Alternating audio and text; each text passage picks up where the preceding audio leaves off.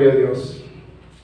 Cuando lo tengan pueden decir amén. Amén. Gloria a Dios. Damos gracias a Dios por el privilegio de poder participar en todo lo que hacemos en su casa. Amén. Participamos de la adoración, participamos de la alabanza. Y ahora vamos a escuchar la palabra, pidiendo que sea nuestro Dios quien trate con cada uno de nosotros. ¿Lo tienen? Leemos con la bendición del Padre, del Hijo y del Espíritu Santo.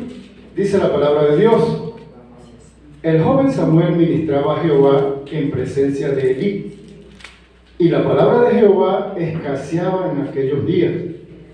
No había visión con frecuencia. Y aconteció un día que, estando Elí acostado en su aposento, cuando sus ojos comenzaban a oscurecerse de modo que no podía ver, Samuel estaba durmiendo en el templo de Jehová, donde estaba el arca de Dios, y antes que la lámpara de Dios fuese apagada, Jehová llamó a Samuel, y él respondió: heme aquí. Y corriendo luego a Elí, dijo: heme aquí, ¿para qué me llamaste? Y Elí le dijo: yo no he llamado, vuelve y acuéstate. Y él se volvió y se acostó. Y Jehová volvió a llamar otra vez a Samuel. Y levantándose Samuel, vino a Elí y dijo: heme aquí, ¿para qué me has llamado? Y él dijo: hijo mío, yo no he llamado, vuelve y acuéstate. Y Samuel no había conocido aún a Jehová, ni la palabra de Jehová le había sido revelada. Jehová pues llamó la tercera vez a Samuel, y él se levantó y vino a Elí y dijo: heme aquí, ¿para qué me has llamado? Entonces entendió Elí que Jehová llamaba al joven. Y dijo Elí a Samuel: ve y acuéstate, y si te llamare dirás: habla, Jehová, porque tu siervo oye. Así se fue Samuel y se acostó en su lugar. Y vino Jehová y se paró y llamó como las otras veces: Samuel, Samuel. Entonces Samuel dijo: habla, porque tu siervo oye. Amén. Amén. Padre bueno, te agradecemos por ser de tu palabra que hemos tomado, en la cual hoy, mi Dios, esperamos que llegue a nuestras vidas, que haga la obra para la cual la envías y que no torne a ti vacía. Señor, no solo de pan vive el hombre, sino de toda palabra que viene de ti. Hoy necesitamos esa palabra que dé vida a nuestras vidas, que se vivifique en nosotros y que ministre según tu deseo, propósito y voluntad. Esto lo pedimos en Cristo Jesús. En él te damos las gracias, buen Dios. Amén. Dios les bendiga. Pueden sentarse. Amén. Gloria a Dios. Primera de Samuel, capítulo 3, es donde hemos tenido la lectura. Y el tema de la enseñanza es el llamado de Dios a los que sirven. Amén. El llamado de Dios a los que sirven. Es común para la iglesia de Jesucristo y para los que asistimos a las congregaciones escuchar ese versículo que está en Romanos capítulo 8, versículo 28, donde dice que sabemos que a los que aman a Dios todas las cosas les ayudan a bien. Y dice: esto es, a los que conforme a sus propósitos son llamados. Y sigue hablando del libro de Romanos y dice que él a los que antes conoció también llamó.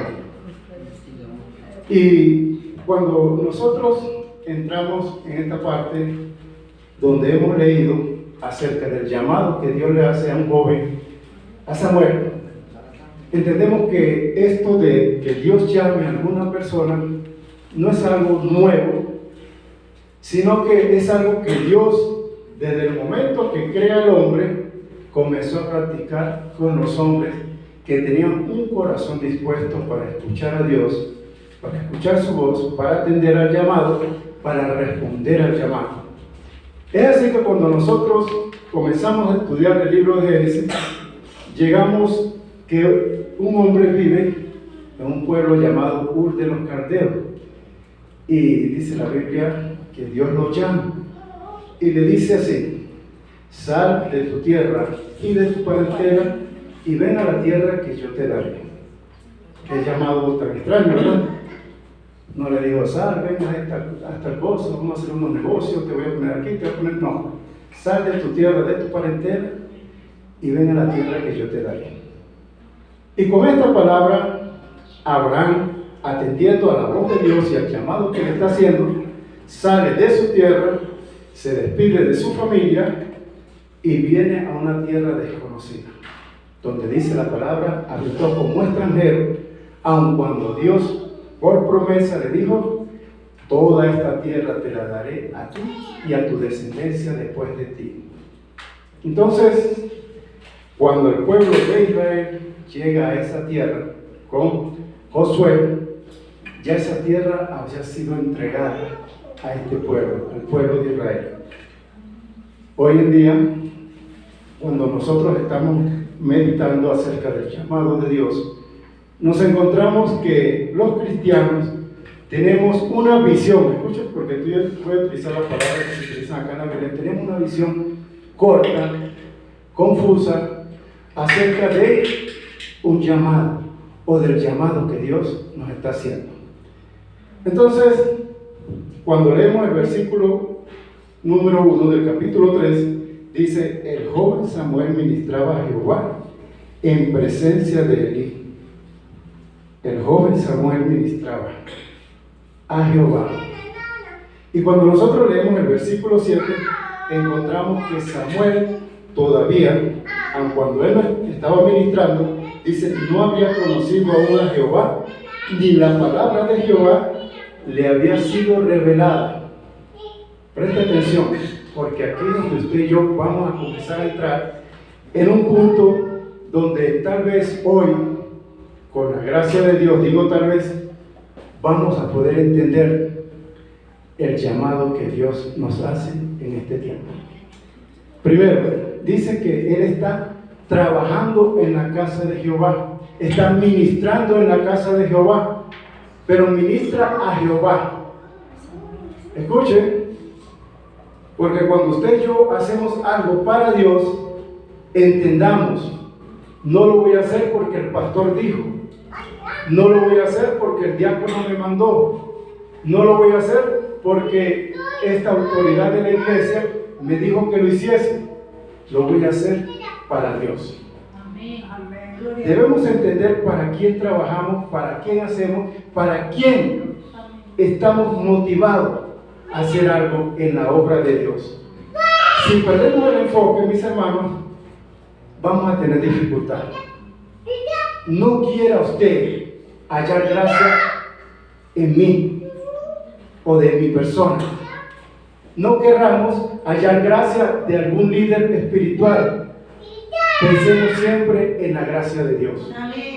No hagamos nada para que el pastor Miguel diga, oh, mi hermano fulano, ese sí hace. Este es un hermano trabajador y yo lo tengo en alta estima. No hagamos para que algún líder de la congregación nos haga reconocimiento. Hagamos simplemente porque queremos trabajar y hacer algo para Dios. Samuel está ministrando a Jehová. ¿A quién ministró usted su adoración y su alabanza cuando estuvimos cantando en esta mañana? La ministramos para Dios. La gente en el mundo no entiende. Estos evangélicos cantan y cierran los ojos. Pero es que normalmente cerramos los ojos, primero para no distraernos. Segundo, porque queremos con corazón sincero y como dice la palabra, alabar a Dios en espíritu y en verdad. Por eso que casi siempre, cuando estamos cantando, la mayoría de los que cantamos, lo hacemos con los ojos cerrados. Uno, no queremos distraernos. Dos, queremos entregar toda nuestra adoración y nuestra alabanza a Dios. Estamos ministrando a Dios. ¿Delante de quién lo hacemos? Delante de los hermanos para que nos vean. Ay, qué bonito, como canta el hermano, como canta la hermana. No. Para Dios. Porque no estamos pendientes de quién nos está mirando. Estamos pendientes de querer adorar y alabar a Dios, ministrar a Dios nuestro canto, nuestra adoración. Cuando oramos, aunque la Biblia no dice, orad con los ojos cerrados. No dice, pero cerramos los ojos. Porque es que, aunque nuestros ojos son prácticamente indispensables en nuestras vidas, ellos también muchas veces nos distraen, nos sacan del lugar donde nosotros queremos estar. Por eso, si oramos con los ojos abiertos, tal vez yo estoy orando, pero estoy pendiente de alguien, estoy pendiente de lo que está pasando, y mi oración a veces pierde el sentido. Podemos distraernos y podemos decir algo indebido simplemente porque estamos orando, mirando para todos lados, y de repente estamos diciendo: Señor, y te agradezco por la iglesia, por la congregación, y ese carro azul que pasó por ahí, sí, porque se atravesó un carro. Entonces, no es que la Biblia nos mande a orar con los ojos cerrados, pero parece que hacerlo con los ojos cerrados para nosotros es mejor. Amén. Gloria a Dios. Bien, Samuel está ministrando. Escucha esto, porque esto es importante. Está ministrando a Dios delante del sacerdote Elí. Usted y yo estamos ministrando a Dios delante de nuestro gran sumo sacerdote llamado Jesucristo. ¿Sabe que Él está haciendo una función de sacerdote por nosotros allá arriba en el reino de los cielos? Él se presenta como sumo sacerdote. ¿Y qué hace Jesucristo como sumo sacerdote delante del Padre allá en el cielo? Él está diciendo: mira el sacrificio, Padre, que yo hice por ellos. Está ministrando por nosotros como sumo sacerdote, por lo cual, cuando nosotros ministramos nuestra adoración, nuestra alabanza, nuestra oración, y lo que hacemos para Dios, lo hacemos delante de Jesucristo, que es nuestro sumo sacerdote, no delante de un hombre como lo hacía en aquel entonces Samuel. Samuel ministraba a Dios, pero lo hacía delante de un hombre que era el que representaba a los hombres como sacerdote. Ahora, escucha esta parte que por acá lo noté. Cuando usted ministra a Dios, tal vez usted dirige, o cantamos, adoramos, cuando recogemos las ofrendas, el que limpia la congregación, el que trae un especial. Escucha esta parte: el que trae un invitado. También el que adora a Dios en espíritu y en verdad, porque a veces estamos adorando pero distraídos. Pero cuando lo hacemos de corazón, estamos ministrando a Dios. Cuando estamos atentos a la voz de Dios para escuchar su palabra. Cuando simplemente preparamos algo para compartir con los hermanos, llámese café, jugo, una empanada, o lo que hagamos para compartir, estamos ministrando a Dios, mis hermanos. Cuando ejercemos una función de diácono, tesorero, secretario, cuando predicamos, cuando enseñamos, cuando somos maestros de niños, estamos ministrando a Dios. O sea, entendamos, mis hermanos, cualquier labor que nosotros hagamos para Dios, estamos ministrando a Dios. Amén. Y si no estamos haciendo nada, escuchen, si no estamos haciendo nada, somos fuertes candidatos para no escuchar el llamado de Dios. Dios no va a llamar al que no hace nada. Dios va a llamar al que está haciendo algo. Por eso que este llamado de Dios no es el llamado al arrepentimiento, como cuando nos llamó, que dice Romanos 8, 28 en adelante. Ese llamado es que nos llama a sus caminos, nos llama al arrepentimiento, nos llama a su casa. Pero una vez que estamos acá, si estamos haciendo algo, estemos atentos, porque en algún momento vamos a escuchar el llamado de Dios. Un segundo llamado, no al arrepentimiento, pero veamos, porque Samuel está trabajando en la casa de Dios y estando acostado, se había dispuesto para dormir, escucha el llamado que le dice: Samuel, Samuel, lo está llamando. Es interesante notar esto, mis hermanos. Muchas veces estamos trabajando y alguien dirá, hermano, yo soy el que limpio la iglesia, yo soy el que hago, yo soy el que hago tal cosa. Usted hace cualquier actividad dentro de la obra, está trabajando. Hermano, pero yo no tengo llamado. Y pensamos que cuando hablamos de llamado, solamente Efesios capítulo 4, versículo 11, ese es el único llamado que Dios tal vez puede hacerlo, porque dice ahí que Él constituyó a unos apóstoles, a otros profetas, a otros evangelistas, a otros pastores, a otros maestros. Entonces, estamos trabajando en la casa de Dios y estamos en la expectativa de decir, Señor, ¿qué soy? Soy maestro, soy pastor, soy evangelista, soy profeta. Y pensamos nada más en el ministerio. Pero a veces también nos vamos a Primera de Corintios capítulo 12, Romanos capítulo 12, encontramos que ahí habla de dones. Señor, ¿cuál es el don que tú me has dado? ¿Cuál es el don que yo tengo? ¿Será el don de ciencia, discernimiento de espíritu? ¿Será el don de sanidad? ¿El don de hablar en lengua? Y nos comenzamos a meter en esos dones y casi nunca preguntamos, Señor, ¿será que yo tengo el don de servicio? Ese don no lo consideramos casi. ¿Será que tengo el don de servicio? Y dice la Biblia, el que preside con solicitud. ¿Será que yo tengo el don de presidir? O sea, de dirigir el servicio. Aunque aquí nosotros estamos cambiando siempre la persona que dirige, alguien ya tiene ese don. Y con el pasar del tiempo nos daremos cuenta que alguien resalta en la dirección, mientras que otros se mantienen en un nivel. O sea, alguien tiene el don.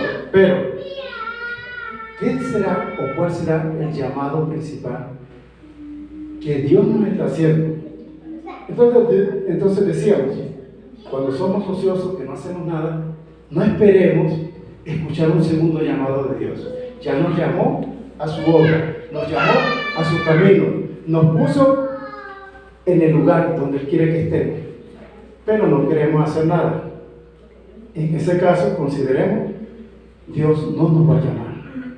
Pero si usted está haciendo algo, si usted está hablando en su casa, si usted lee la palabra, si tiene comunión con Dios, si busca en cualquier momento que Dios le da la oportunidad de presentarle a Jesucristo a alguna persona, usted está trabajando, está ministrando a Dios, por lo cual el llamado de Dios ya está.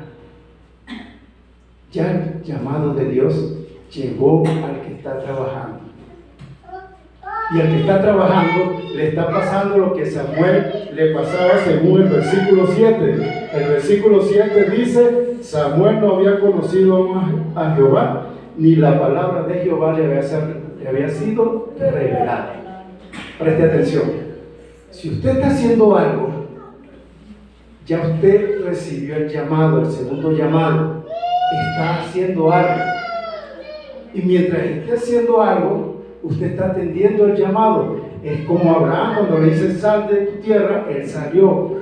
Cuando estamos haciendo algo en la obra de Dios, ya estamos atendiendo al llamado o a ese segundo llamado que Dios nos hace después que llegamos al conocimiento de la palabra de Dios.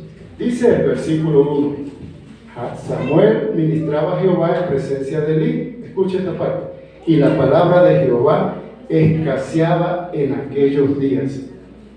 La palabra de Jehová escaseaba en aquellos días. Hoy, gracias a Dios por la tecnología, la palabra de Dios no escasea. El que diga, no hermano, es que yo no encuentro palabra de Dios, usted no está buscando palabra de Dios. Si usted dice, no, que yo me meto aquí en el teléfono y me salen son puras cosas de chiste y me salen cosas que me entretienen, pero no consigo palabra de Dios, usted no está buscando palabra de Dios. Gracias a Dios por la tecnología, hay abundancia de palabra de Dios a nuestro alcance, a nuestras manos. Para aquel entonces, imagínense, en el tiempo de Samuel, el pueblo se reunía un día para escuchar palabra de Dios, porque la palabra de Dios escrita no estaba a la disposición de todos. Hoy en día, la palabra de Dios escrita está al alcance de decir, agarro mi teléfono y descargo 2 Biblias, me voy a descargar un libro, me voy a descargar esto. Y ahí está, usted tiene información abundante. La contradicción de este tiempo es que abunda la palabra, pero escasea el deseo por la palabra. Esta es la ironía. En aquel entonces escaseaba la palabra y había deseo de recibir palabra de Dios, de escuchar palabra de Dios. Y muchas veces para simplemente escuchar la ley había que esperar hasta 6 meses o 1 año. Oye, tal día se va otra vez a decir las palabras de la ley que escribió Moisés. Se nos va a leer otra vez el libro de Levítico, se nos va a leer el Deuteronomio. Y escaseaba la palabra. Escucha esta parte porque es interesante. Hoy en día, si nosotros utilizamos los medios que Dios nos da, llámese celular, llámese computadora o cualquier otro dispositivo que usted tenga, si lo utilizamos con sabiduría, nosotros podemos tener crecimiento, madurez y desarrollo espiritual. Pero, escuchen, porque este es el gran problema que tenemos hoy. Si utilizamos todos esos medios que tenemos a nuestro alcance sin sabiduría, vamos a tener una mala formación, vamos a tener un estancamiento. Porque así como abunda buena palabra a través de los medios de comunicación, a través del internet, abunda también y sobreabunda más una gran cantidad de herejías, de malos hábitos dentro del Evangelio, de mala formación. Y es así que nosotros vemos que si usted quiere tener dinero, usted va a conseguir predicadores que le van a decir por la palabra que usted merece ser rico, que usted es pobre porque usted no ha entendido ni le ha sido revelada la palabra de que usted es un supermillonario y que Dios nos llamó a ser millonarios. Dios nos llamó a ser ricos, Dios nos llamó a vivir en la excelencia y en todo lo grande y en todo lo alto, pero hay un montón de mentirosos enseñando estas cosas. Pero cuando nosotros leemos la palabra sin necesidad de ir a una persona que tenga mucho conocimiento para que nos explique, solamente con leer las enseñanzas de nuestro Señor Jesucristo, nos damos cuenta que Él no prometió riqueza, no prometió castillo, no prometió el último camello del año, en este tiempo se diría el último carro. Jesucristo no prometió nada de estas cosas, sino que encontramos que Jesucristo dice: yo vencí al mundo y estoy con ustedes, ustedes van a poder vencer, porque en el mundo ustedes sí van a tener aflicción. Lamentablemente Jesucristo no nos dice: en el mundo tendréis riquezas y confía en mí que se las voy a dar. En el mundo tendréis que todo les va a salir bien a mis hijos, y confíen en mí que yo me voy a asegurar que todo les salga bien. Por el contrario, yo no sé cómo interpreta la gente, sobre todo esta gente de la prosperidad, que dice que todo nos tiene que ir bien y abundante. ¿Cómo interpreta cuando Jesús dice: en el mundo tendréis aflicción, pero confiad, yo he vencido al mundo? Amados, si Dios hubiese querido que cada uno de nosotros llegásemos a tener abundancia económica en esta tierra, Él nos hubiese dado un ejemplo. Y el ejemplo que nos dio es este: se acerca un hombre y le dice: Señor, yo quiero seguirte, yo quiero ir contigo, quiero estar contigo. Escuchen lo que le dice Jesús. Jesús le dice: las zorras tienen guarida, las aves tienen nido, y el Hijo del Hombre, el supermillonario, el rico, no tiene dónde rescotar su cabeza. O sea, no cargo ni siquiera una almohada para cuando me tire en el suelo, una almohadita.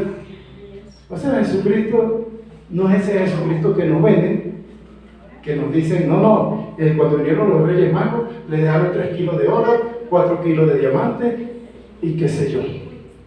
Y ya desde chiquitico él era rico, porque eso dicen los mentirosos, eso, que los Reyes Magos vinieron y le dejaron un montón de riqueza, y de repente José se la derrochó, la gastó y qué sé yo. Mis hermanos, Jesucristo, la palabra nos enseña que un día le toca pagar los impuestos. ¿Y qué hizo? Hizo magia, se metió la mano en el bolsillo donde no tenía nada y sacó unas monedas. Toma, Pedro, anda a pagar. No hizo magia, ¿va? ¿Qué hizo? Le dice, Pedro, anda, tira el anzuelo allá en el mar y el primer pez que saque, ábrele la boca, tiene un estatero, ve y paga los impuestos por ti y por mí. Pero no hizo magia. Porque muchos quieren decir, abran su mano, que oro le va a caer en las manos. Y entonces están tergiversando y cambiando la buena palabra.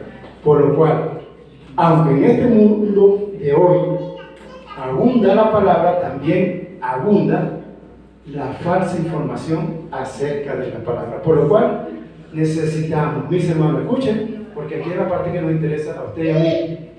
Aunque usted tiene su dispositivo y puede escuchar mucha palabra, necesita venir a este lugar, porque a veces, ministrando la palabra de acá para allá, vamos a encontrar que mucho de lo que recibimos, de lo cual nos alimentamos, no era buena palabra, no era buena comida, no era buen maná del cielo, sino que era algo parecido, pero no auténtico ni real. Ahí está el peligro, mis hermanos. Por eso no deje de congregarse, porque siempre Dios acá va a corregir nuestros pasos, va a abrir nuestros ojos, va a dar entendimiento a nuestro corazón y nos va a ayudar a entender si lo que estamos recibiendo en verdad es bueno o se está también colando no solo el mosquito, sino que se está colando el camello también. ¡Qué ironía! Imagínense un colador donde pasan los mosquitos y pasa el camello. O sea que es un colador que tiene un hueco muy grande. Así se nos están colando muchas falsas doctrinas, muchas herejías y muchas cosas que los hombres hoy quieren decir que son y vienen de Dios. Manifestaciones. Por eso, en este tiempo donde abunda la apostolitis aguda, ¿saben lo que es eso? La apostolitis aguda es una inflamación. Todo lo que termina en itis, según la ciencia médica, es una inflamación. Ok, se está inflamando una gran cantidad de apóstoles y hoy en día tenemos las apóstoles, que diría el presidente de Venezuela, las apostolas. Porque también habla de apóstoles y apostolas, pastores, pastoras, maestros, maestras, y así en todos los colegios masculino y femenino. Entonces, en este tiempo donde abunda la apostolitis aguda, muchas mujeres dicen, yo soy el apóstol y tengo mis discípulos. Tengo, sí, mis discípulos y discípulas, todo eso, todo lo pone masculino y femenino. Y no solo con la apostolitis que se levantó en este tiempo, sino con la gran cantidad de supuestas revelaciones que también están llegando. Además, estamos viviendo tiempos peligrosos, ¿oyeron? ¿Sabe por qué? Porque en medio de este tiempo, donde muchas personas están recibiendo revelaciones de aquí, de allá, de allá y del más allá, todos estamos así como medio confundidos. Y es ahí donde usted y yo tenemos que agarrar esto que se llama Biblia y irnos al libro de Pedro, capítulo 2, versículo 19, donde dice, tenemos también la palabra profética más segura. Escuchen, ¿cuál es la palabra profética más segura? La que dice Armando Alducin, esa es. No, la palabra que dice el evangelista tal, es así. La palabra que dice el profeta tal. Mis hermanos, para mí, aunque ellos sean hombres y mujeres de Dios, la palabra profética más segura para mí, para usted, para la iglesia de Jesucristo es la Biblia. Más allá de esto, podemos poner cualquier tela de juicio y cualquier duda. Porque lamentablemente, mis hermanos, todo lo que se dice, tenemos que sopesarlo con la palabra. Y si encontramos que se sale, o que quiere meterse colado ahí mezcladito, eso no es la palabra segura. La segura es la que viene de Dios. Y escuchen, porque Samuel está trabajando en el templo, está ministrando en el templo, pero aún no conocía a Dios, ni la palabra de Dios le había sido revelada. A usted y a mí, que llegamos a Jesucristo mediante una obra del Espíritu Santo, ya se nos reveló una palabra muy importante. Se nos reveló, primero, que éramos pecadores. Segundo, que no podíamos hacer nada para justificar nuestros pecados. Tercero, que necesitábamos a alguien que hiciera algo por nosotros.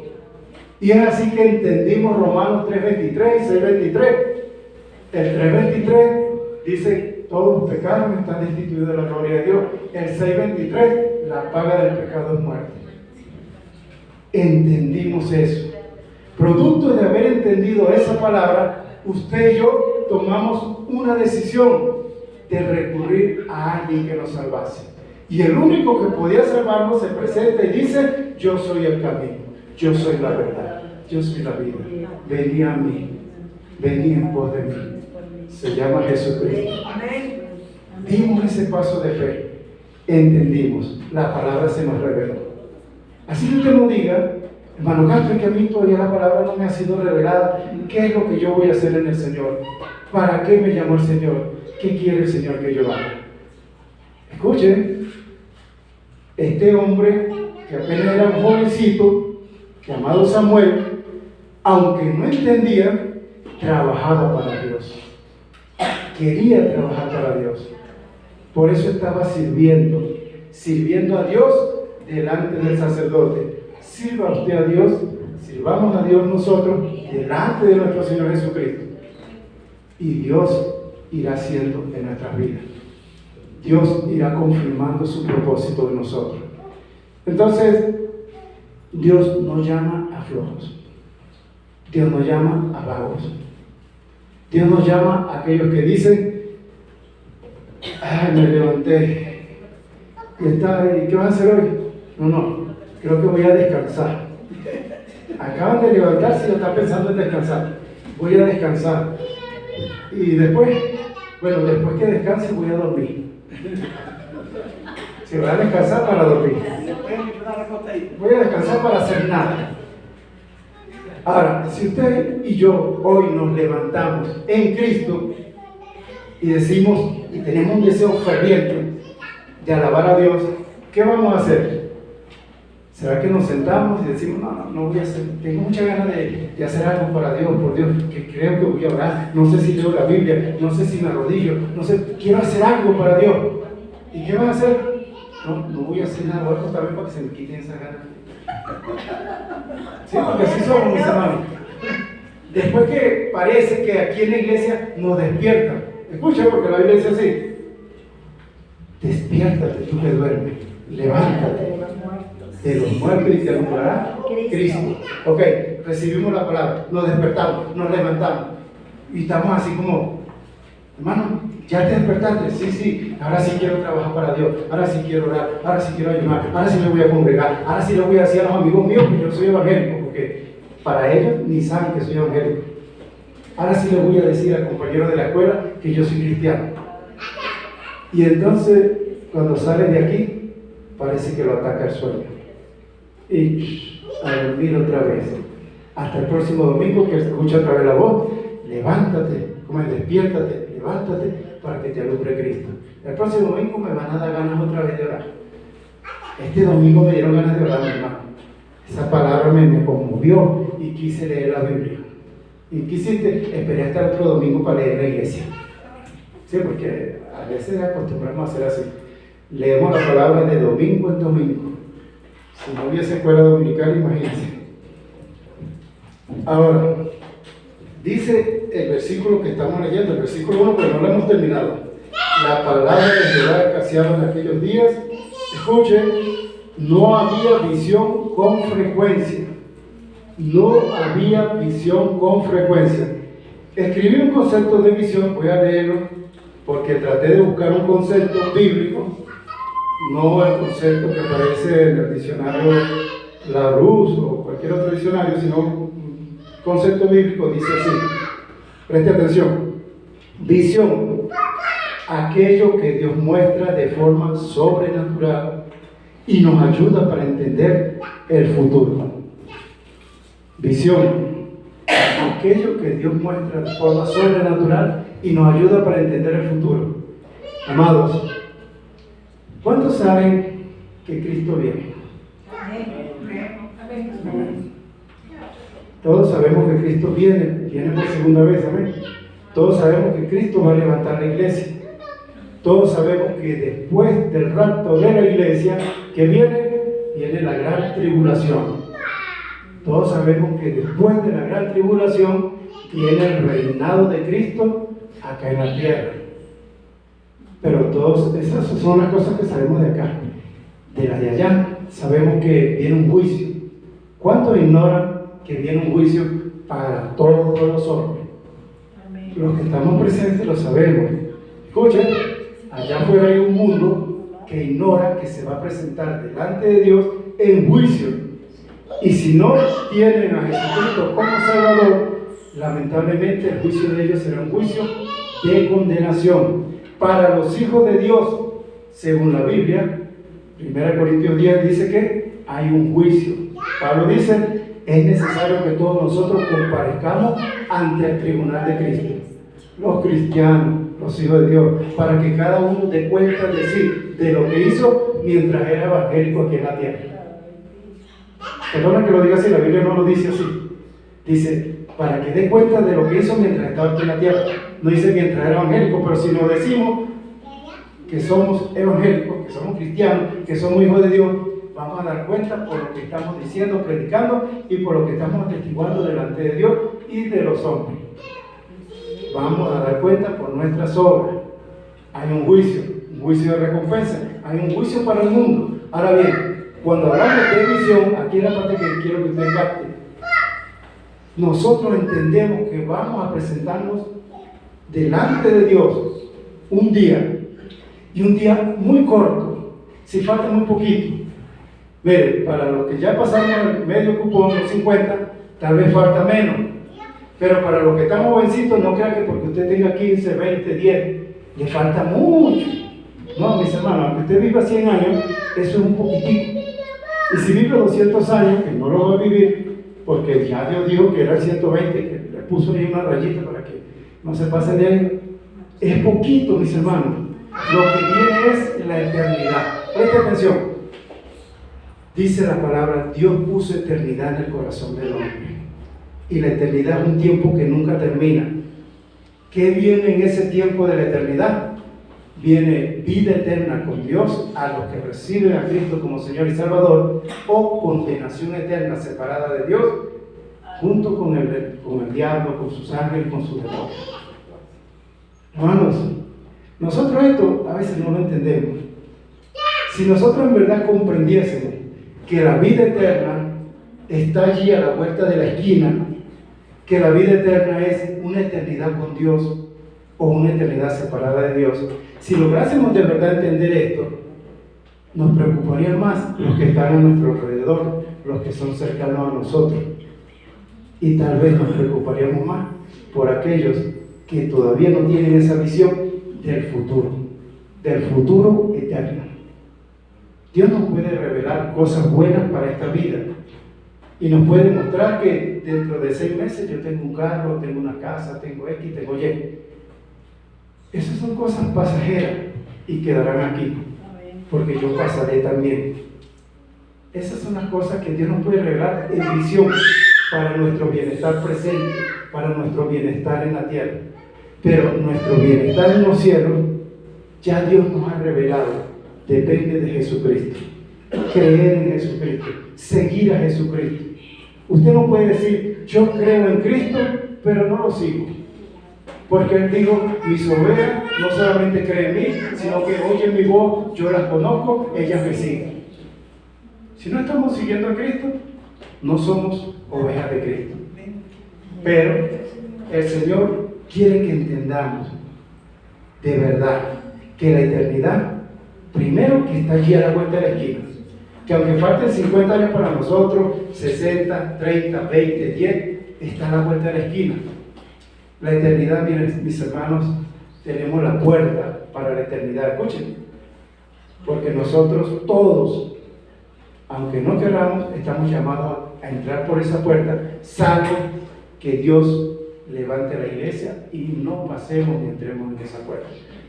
Hebreos 9:27 dice, de la manera que está establecido para todos los hombres, que mueran una sola vez y después de esto el juicio. Mis hermanos, nosotros sabemos que tenemos un juicio de salvación de vida eterna, estamos frescos aquí, y los que están a nuestro alrededor, y los amigos, los vecinos, los conocidos, los que ven, ¿será que para ellos también les espera la vida eterna? Si nosotros no les hablamos a ellos ni les decimos nada, dice el libro de Romanos, ¿cómo creerán si no hay quien les hable? ¿Y cómo hablarán si no fuesen enviados? ¿Sabe a quién envió Dios? Me envió a mí. No envió a otro. Los ángeles quisieran venir. No, el Señor envíanos a nosotros, que le podemos predicar a los hombres. Pero Dios dice, no, ustedes se quedan aquí, que los hombres le prediquen a los hombres. Un hombre estando en el infierno dijo, Señor, envía a alguien de aquí de los muertos para que le predique a mis hermanos y ellos se conviertan y no vengan acá. Y Jesús le dijo, o Abraham le dijo, perdón, que fue Abraham le dijo, bueno, a Moisés tiene. Ahí tienen la palabra. Si no creen en la palabra, aunque se levante alguien de los muertos, no crean. Y escuchen, porque aquí hay sabiduría. Esto es algo que Jesucristo dijo acerca de un hombre que fue al cielo y otro fue al infierno. Pero el que estaba allá arriba, Abraham, cuando da la respuesta, le dice al que está allá abajo, aunque alguien se levante de los muertos y les predique, no creerán. Jesucristo se levantó de los muertos, mis hermanos. Al tercer día resucitó.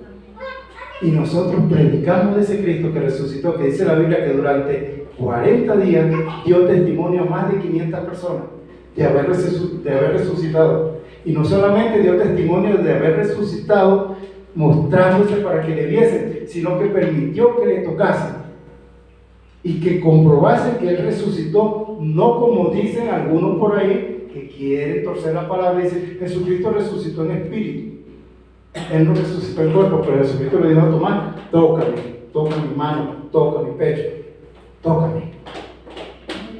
Y mostró que resucitó en cuerpo, solo que un cuerpo glorificado. ¿Eh? Un cuerpo que todos estaban reunidos así y Él se paró en medio de ellos.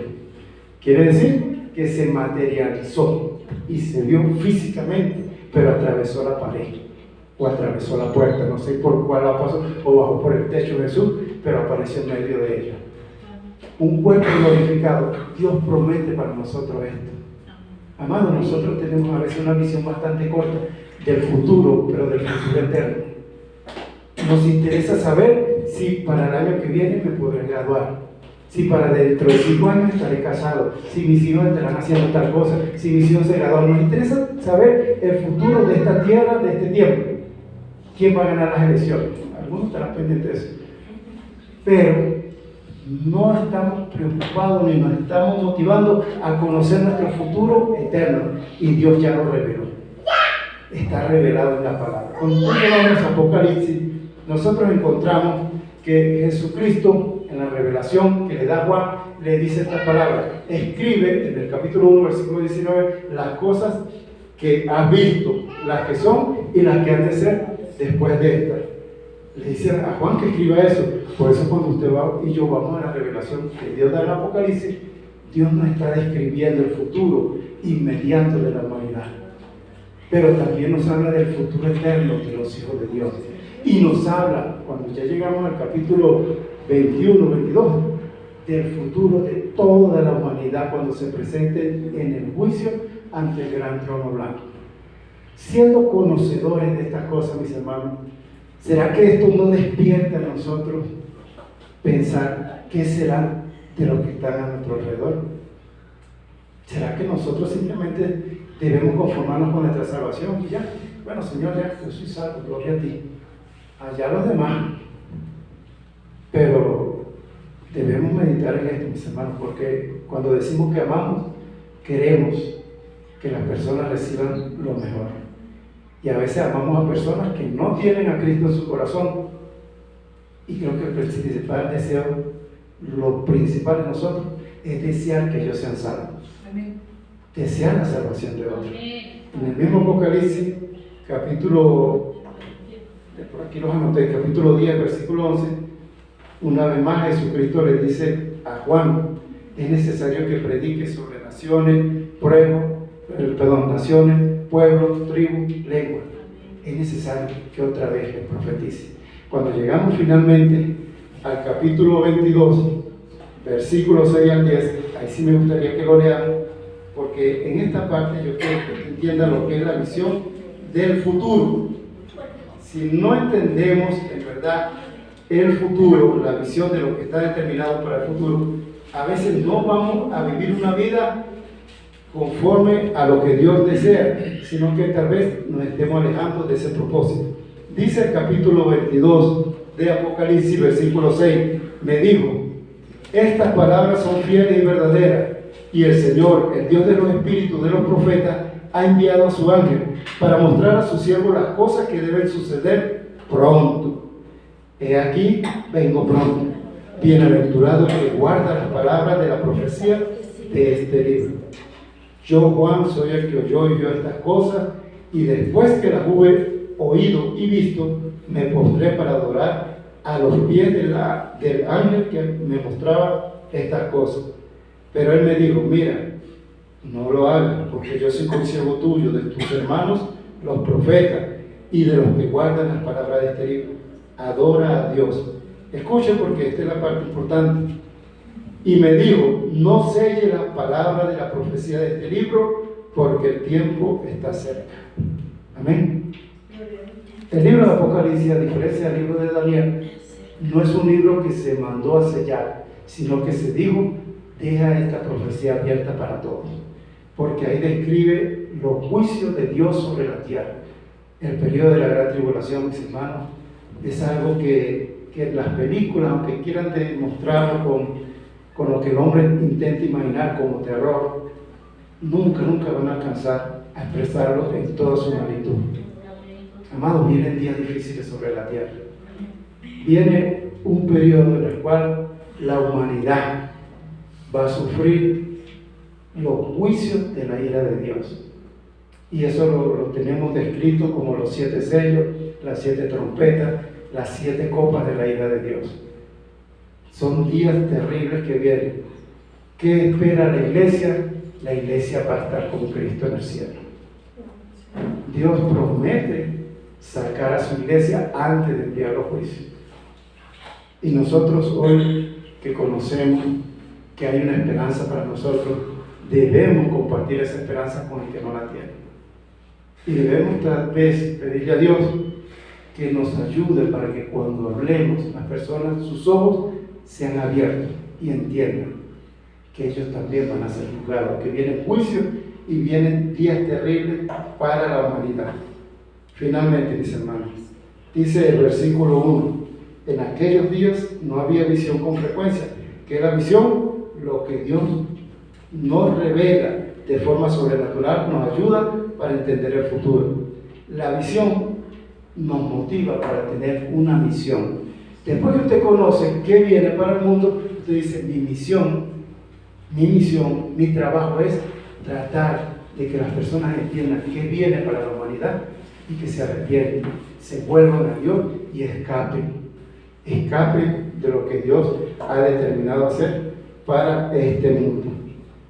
Ahora bien, aquí la Biblia nos habla del caso de Samuel y nos dice que él, ministrando en la casa de Dios, no conocía a Dios. Pero ¿saben qué es doloroso, mis hermanos? Cuando usted y yo leemos, si quieren lo buscan en el capítulo 1, encontramos que los hijos de Elí, que era el sacerdote, el sumo sacerdote de aquel entonces, ellos estaban ministrando en el templo. Amén. Creo que el capítulo 1, versículo 3. Los hijos de Elí, escuchen, dice así: que Elcana, todos los años aquel varón subía de su ciudad para adorar y para ofrecer sacrificios a Jehová de los ejércitos en Silo, donde estaban 2 hijos de Elí.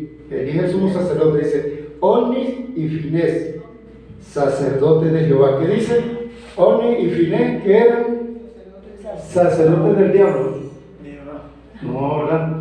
Dice sacerdotes de Jehová. Pero escuchen lo que dice el capítulo 3, cuando nosotros vemos a estos dos señores, Onis y Finés.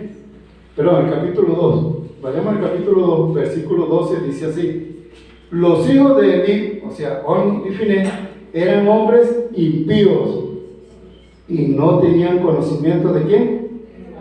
Y no tenían conocimiento de Jehová. Capítulo 1, versículo 3 dice que ellos eran sacerdotes de Jehová, ministraban el templo. Ellos eran los que hacían los sacrificios, las ofrendas, los holocaustos, hacían toda la administración del templo.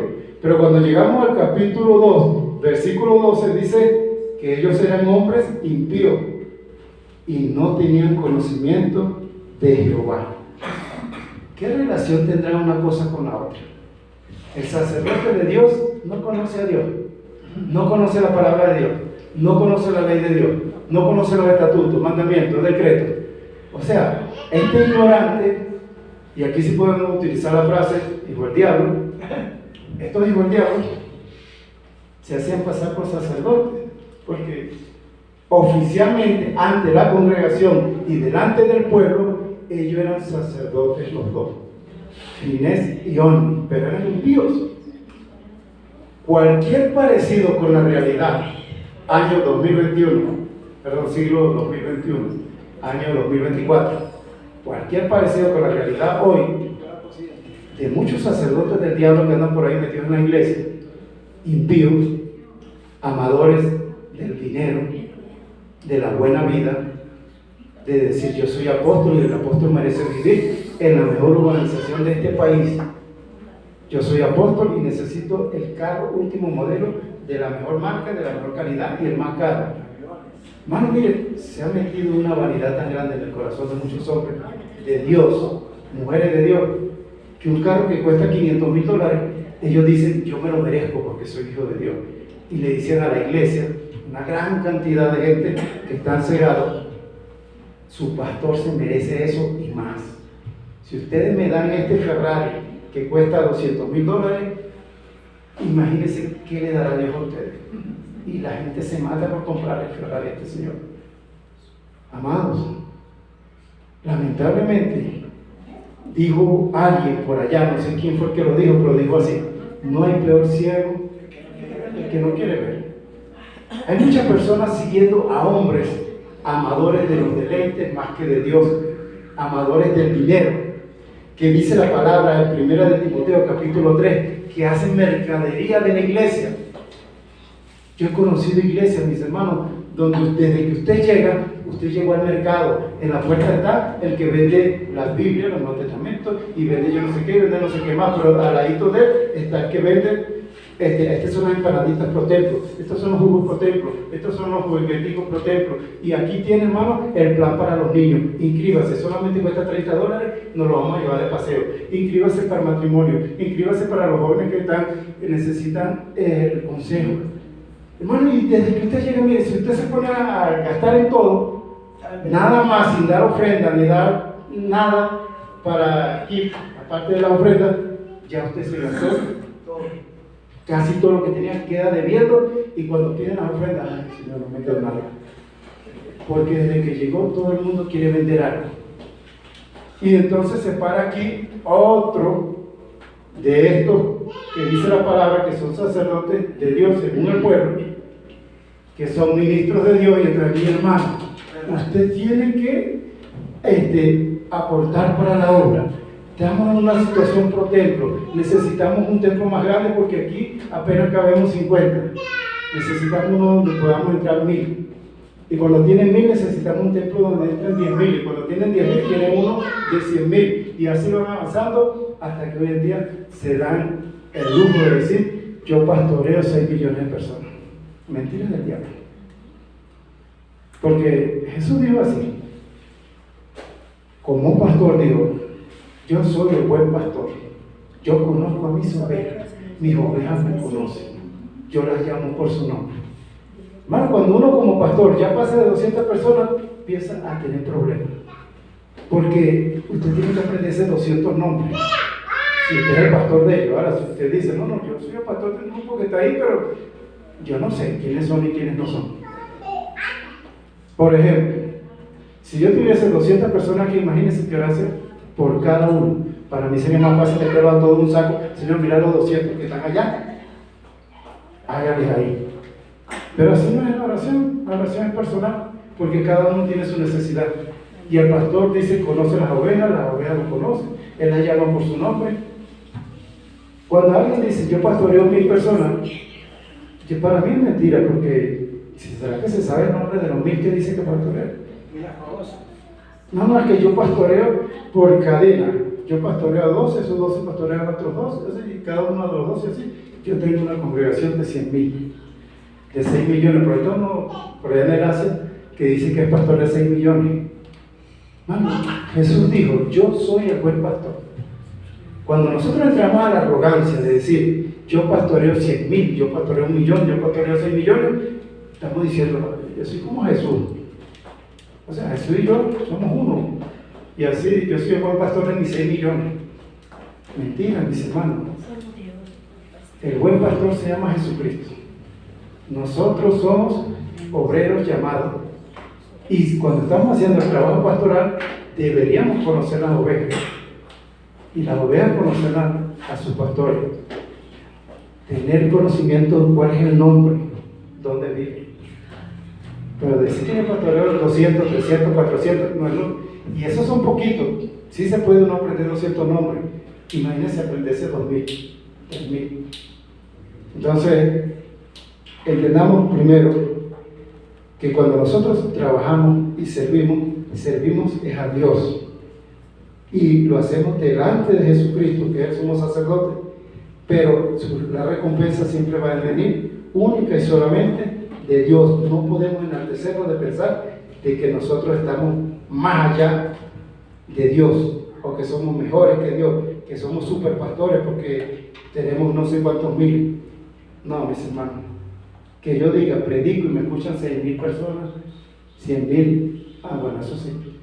Pero decir que los pastoreos, no, el pastor de ellos se llama Jesucristo, el pastor de nosotros es Jesucristo. Entonces, hoy en día, igual que aquel entonces, hay muchos que están trabajando en la iglesia de Dios, pero no conocen a Dios. Y lo peor, muchos de ellos son impíos. Los 2 hijos de Eli eran hombres impíos y no tenían conocimiento de Dios. Así se han levantado en este tiempo muchas personas que son impíos. Están supuestamente trabajando, ministrando, son pastores, son maestros, pero no conocen a Dios, no tienen temor de Dios. Amados, cuando nosotros leemos esto de los hijos de Eli, esta persona, dice la palabra, no solamente que no conocían a Dios, sino que hicieron que el pueblo se desviase del temor de Dios, y de tal forma que el pueblo comenzó a menospreciar la ofrenda, lo que se hace para Dios. Cuando el que está aquí es un pecador, que vive una vida, como dice la palabra, amado, es un amador de los deleites, que ama el dinero, que ama la avaricia, la codicia, el tener, lamentablemente él va a contaminar allá a todo el pueblo, y todo el pueblo se va a dejar guiar por esta raíz. Y ahí es donde viene el fracaso y la caída de la iglesia.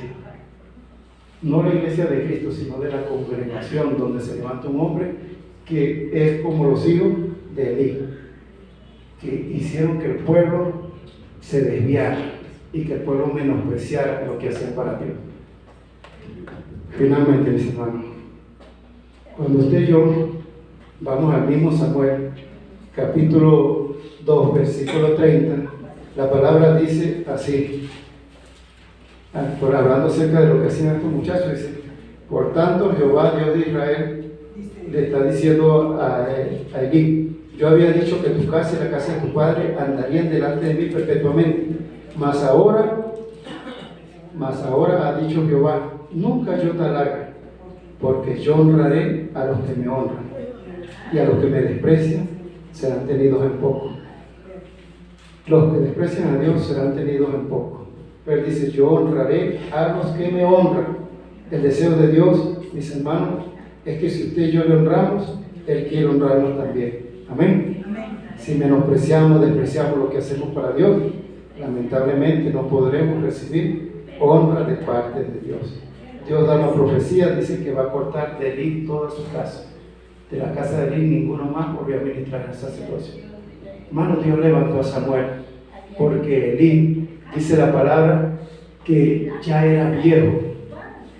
Y cuando se presentó la mamá de Samuel, que todavía no tenía hijo, ahora Elí ya era viejo, andaba por ahí cerca de los 80 años. ¿Y sabe qué estaba haciendo Elí? Escuche, porque esto es para mí, para que también usted esté pendiente de mí. Dice la Biblia que cuando ella estaba ahí orando, dice que Elí estaba en el templo, en un lugar donde él se sentaba. Simplemente se sentaba ahí en el templo. Y Elí era un hombre gordote, porque como traía muchas ofrendas, la ofrenda era animales que se sacrificaban, y ahí se asaba carne y él comía su carnita asada. Se volvió gordito, y fue engordando y engordando hasta que Elí, ya me imagino que era como ese que parece que le llaman el Buda, que se ve así barrigón sentado. Él estaba así sentado en el templo haciendo nada. Y cuando vio a Ana orando, dice, pensó que estaba borracha. Ya ni siquiera tenía visión para discernir en qué condición andan las personas. Y él le dice, digiere tu vino y ya, vete. Y él, no, yo estoy orando, estoy pidiendo a Dios que me dé un hijo. Entonces Dios, bueno, el Dios de Israel te conceda lo que te has pedido. Hermano, pasa el tiempo, y los hijos de Elí están ministrando. ¿Y sabe qué? Elí es un viejito ya de 80 y algo de años, porque él murió de 98. Y dice Elí así, que a sus ojos se había oscurecido, todo ciego, pero todavía escuchaba. Presta atención, porque si usted todavía escucha, escuche esta parte. Yo oigo de ustedes la mala fama que tienen delante del pueblo. He oído que ustedes se están acostando con las mujeres que vienen acá al templo. En la noche, ustedes se acuestan con esas mujeres. He oído que ustedes se comen de la ofrenda y agarran lo que ustedes quieren. Hijo, eso no es bueno. Imagínense nosotros como padres. Nuestro hijo llega y se roba algo y nos llega a la casa con $500. Y el hijo le dice a uno, no, yo me lo robé porque eran descarados, los hijos de Elí eran descarados. Y el hijo de uno le dice así, me robé $500. Y él, hijo, eso no es bueno, no te robes el dinero de los demás, porque te puede pasar algo malo. ¿Será que nosotros estamos corrigiendo a nuestros hijos? No. Estamos como, hijo, no hagas lo malo, hijo. Y la Biblia dice así, escuchen, dice la palabra, corrige a tu hijo con vara. Porque si lo corriges con vara, no morirá. O sea, la vara le va a dejar tal vez la espalda, unas rayitas ahí, y usted, qué sé yo, le puede hacer un crucigrama, pero no morirá. Amén. Si nosotros corregimos como corregía Elí, el sumo sacerdote, no es buena fama lo que digo de ustedes, que están haciendo esas cosas malas. Y así lo estaba corrigiendo. Y ¿sabe? Cuando Dios llama y le manda al profeta, manda a otro profeta para que hable con Elí y le dice, tú no has estorbado a tus hijos, los has honrado a ellos más que a mí. Hermanos, y ahí viene la parte, nosotros como pastores, a veces nosotros queremos corregir y somos igualitos que Elí. Nos volvemos una abuela, perdón por utilizar la frase de abuela, en Venezuela se dice una abuela que es alguien consentidor, que consiente a sus nietos, que los nietos son groseros. Hijo, no digas esa grosería fea. Mientras que los padres de arte, cuando no querían que los hijos dijeran una grosería, ¿qué hacían? Apenas hacían la grosería, ¡guau! Los dientes le caían así. Entonces, producto de perder un diente, ellos se abstenían de decir la grosería. ¿A cuánto no le dijeron en una oportunidad, te voy a meter una cucharilla caliente en la boca porque no hay grosería, o un huevo caliente así? O sea, utilizaban medidas extremas, pero hubo una generación que vivió y se crió con medidas extremas y fue una generación que respetaba. Una generación que, como dice mi hermano, la generación de oro. La generación que cuando iba en el autobús y se llegaba un anciano, inmediatamente el muchachito de 7 años, 8, 10 años, brinca, señor, siéntese aquí. y veía una embarazada, siéntese aquí. Hermano, recuerdo que hace unos años atrás íbamos en el autobús y estábamos unos niños sentados ahí. Y vino una señora, no sé si era embarazada, con un niño. Y entonces llega otra señora y le dice a Zuleima, le dice así: señora, denle puesto a la señora, porque ella lleva un niño. Y ella le dice: ¿y esos niños que están ahí, por qué no se paran? Mire el descaro que existe hoy. A los niños no hay que levantar los asientos, hay que levantar cualquier. Es decir, a una señora, que yo le digo a una señora como de 50 años, señora, o de 60, levántese por favor, para que le dé puesto a la señora que trae un niño, y hay como 10 niños sentados todos ahí. Chévere. ¿Qué estamos criando? Estamos criando una generación desconsiderada. A esos niños que nosotros estamos considerando tanto, que no se levanten el asiento para que se sientan adultos, ellos mañana no van a tener consideración por nadie y su generación será peor, porque ellos fueron formados en algo malo y ellos darán algo peor, lamentablemente, mis hermanos. Entonces, ¿para qué nos va a llamar Dios? Nos está llamando, dice: estorbemos a nuestros hijos en lo que ellos hacen que está malo, sea un estorbo que impida que ellos sigan haciendo lo malo. Estorbemos a la congregación, porque como pastores estamos llamados a estorbar a los que están haciendo lo malo delante de la congregación, o que lo hacen por allá escondida. Nosotros no lo vemos, pero el que lo ve nos da la palabra, y diciendo, nosotros ministrando la palabra, el Señor está diciendo algo. Y los que tienen oído, que oigan, dice la palabra, ellos sabrán si corrigen o no. Terminamos con esto. Vamos al libro de Romanos capítulo 16 para darles una pista de lo que Dios quiere que usted y yo hagamos. Romanos capítulo 16, porque dice la palabra, Dios está llamando a los que sirven. Usted y yo estamos sirviendo. Entonces veamos qué nos dice Dios. Romanos capítulo 16, escuchen porque ya vamos a terminar. Os recomiendo además a nuestra hermana Febe, la cual es diaconisa de la iglesia en Cencrea, que la recibáis en el Señor como es digno de los santos. Escuchen, y que la ayudéis en cualquier cosa en que necesite de vosotros, porque ella ha ayudado a muchos y a mí mismo.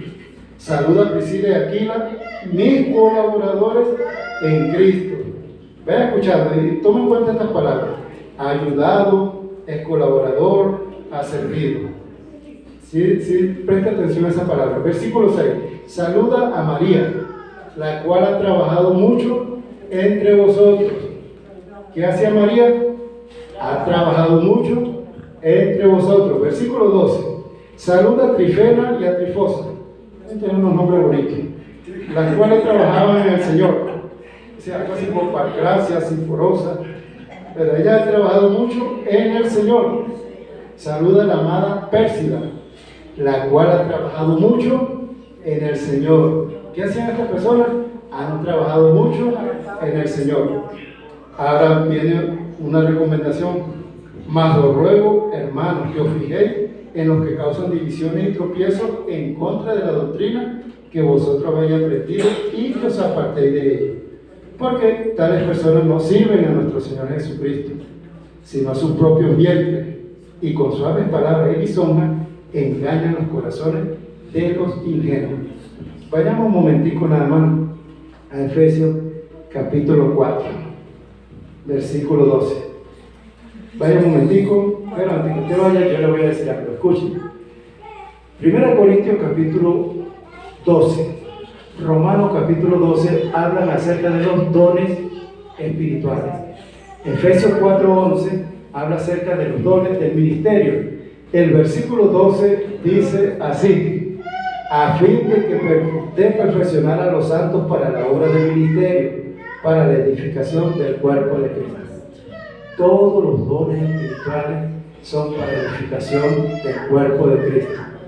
Todo lo que Dios nos ha dado y nos ha capacitado es para la edificación del cuerpo de Cristo. Finalmente, mis hermanos, escuchen. Mateo capítulo 9, versículos 37 y 38. Jesús dice así: la mies es mucha, los obreros son pocos.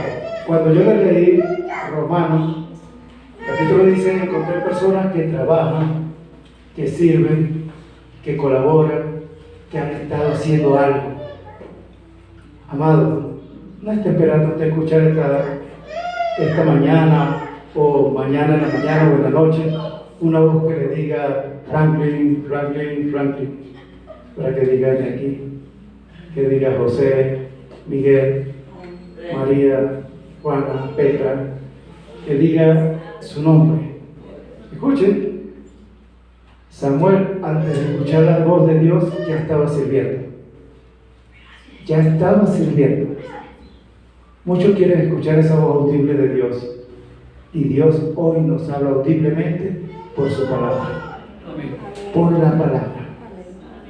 A veces el enemigo va a tratar de decirle, Simón, Simón, Pedro.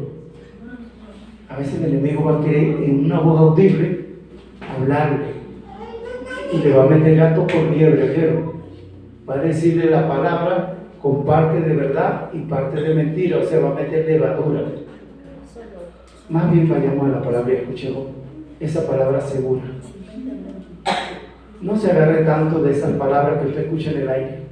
Agárrese de la palabra que está escrita, que está dada, que es fiel, que no miente, que es segura, que es verdadera. Amén. Muchos están confundidos hoy, miren mis hermanos. Estas religiones que andan recorriendo las calles, llámese testigo de Jehová, llámese adventista, llámese mormones y todo. Cuando usted ve su origen, un ángel les habló, una voz les habló, una revelación les llegó, una visión tuvieron y por eso fueron. Y se torcieron de la palabra. No hicieron caso a la palabra profética más allá. Confiemos siempre en la palabra de Dios. Y Dios sí habla, mis hermanos. Dios le habla en su corazón. Dios le puede hablar audiblemente. Pero aunque estas cosas pasen, sigan creyendo en Dios y su palabra, en la palabra. La palabra nunca se va a desviar, nunca va a mentir, nunca va a torcer lo que Dios ha establecido para nosotros. Como el libro de Mateo dice la palabra, capítulo 25, versículo 34: porque tuve hambre y me diste de comer, tuve sed, me diste de beber, fui forastero y me recogiste, estuve desnudo y me vestiste, enfermo y me visitaste, en la cárcel y viniste a mí. O sea, todos hicieron algo. Hicieron algo. Amén. Hacer algo es servir a Dios. Hacer algo, mis hermanos, mis hermanas. Cualquier cosa que esté haciendo, hágalo, pero para servir a Dios. Sirva a Dios.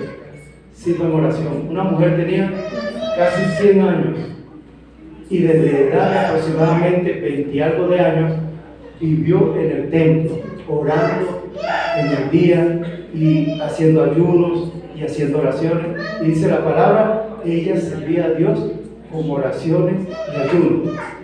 Y esta mujer cargó en los brazos a nuestro Señor Jesucristo, siendo un bebé. Y alguien dirá, bueno, pero ¿qué hizo?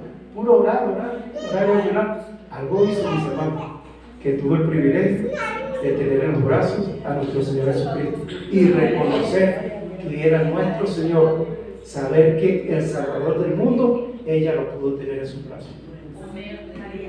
Amados, muchos creen que orar es una pérdida de tiempo. Y en un mensaje que nos dieron hace 2 semanas, nos decía el Señor que debemos orar. Y no solo orar, mis hermanos, orar, meditar en la palabra, escudriñar, seguir congregándonos. Siga congregándose, mi hermano, porque muchas falsas doctrinas están recorriendo las calles, y no solo las calles, están recorriendo su dispositivo. Y usted dice, no, yo tengo el TikTok, escucho un mensaje chévere, y el TikTok a veces le mete el mensaje con poquito de levadura, y la levadura leuda toda la masa. Pero cuando usted viene acá, el Señor comienza a quitar la levadura. Yo quiero pura masa, no quiero levadura, dice el Señor. Levántese para que con gracia. Amén. Hermano Franklin. Padre bueno,